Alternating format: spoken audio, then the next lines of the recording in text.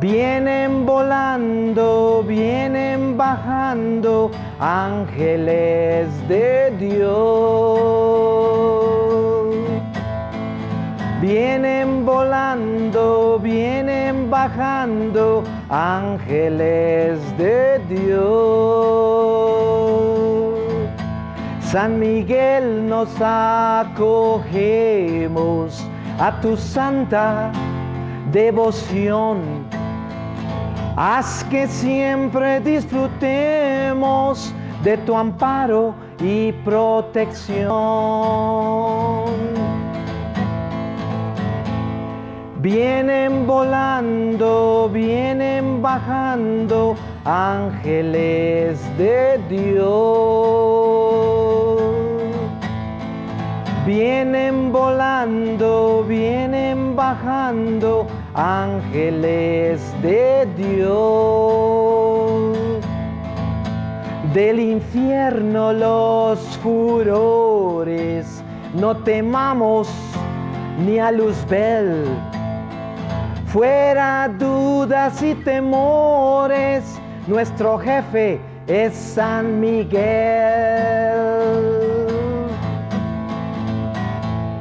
Vienen volando, vienen bajando, ángeles de Dios. Vienen volando, vienen bajando, ángeles de Dios. Ángeles de Dios. Ángeles de Dios. Ángeles de Dios.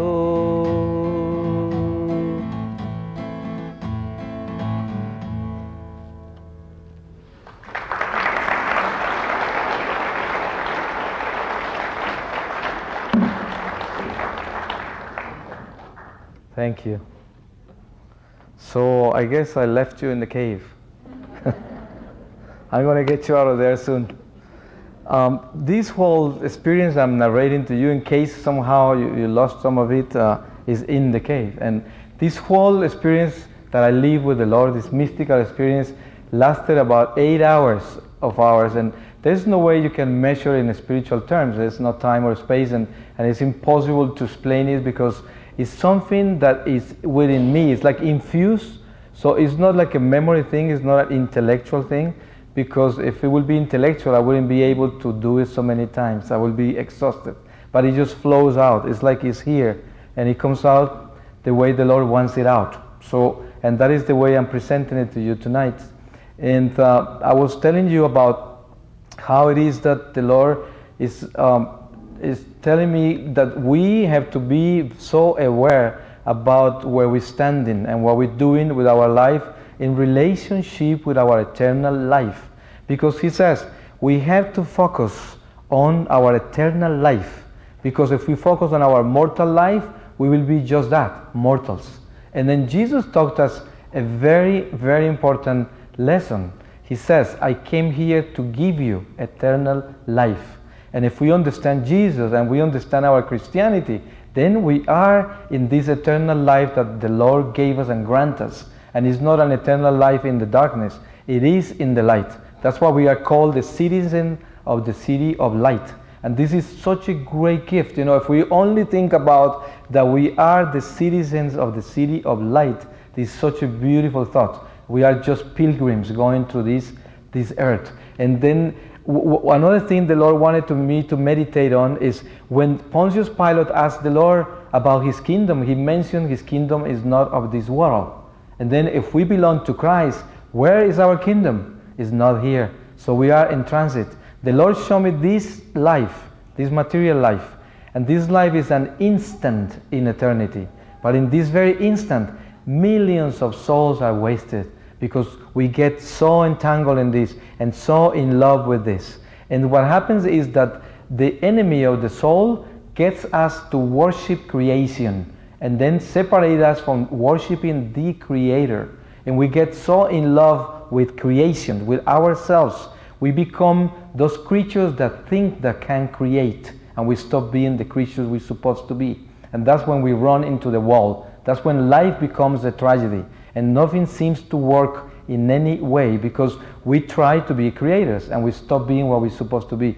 The Lord is telling me, we have to realize we are creatures and He is a creator. If you wake up in the morning and tell the Lord, here I am, the creature that you made me, just be my creator and create my day. He is a non-stop creator. He's going to create every single instant of your life. So the Lord is showing me something so important to realize, which is we are in this flesh, and everything with damage in this body with sin has to be repaired in this body, because once we leave this body we cannot repair anything with damage with sin. We had to purgate, and purgation is a very painful state, and I can show you my witness of purgatory, my conception of that, what I went through. This is what I see. When I'm going to give you a very human example. It's maybe very poor, but it's the best I can do.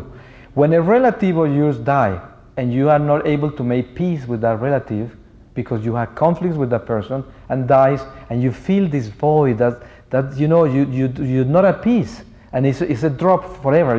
You have no way to make it up. That person left and is gone, and then in your heart this great void, this great loneliness about that particular relationship.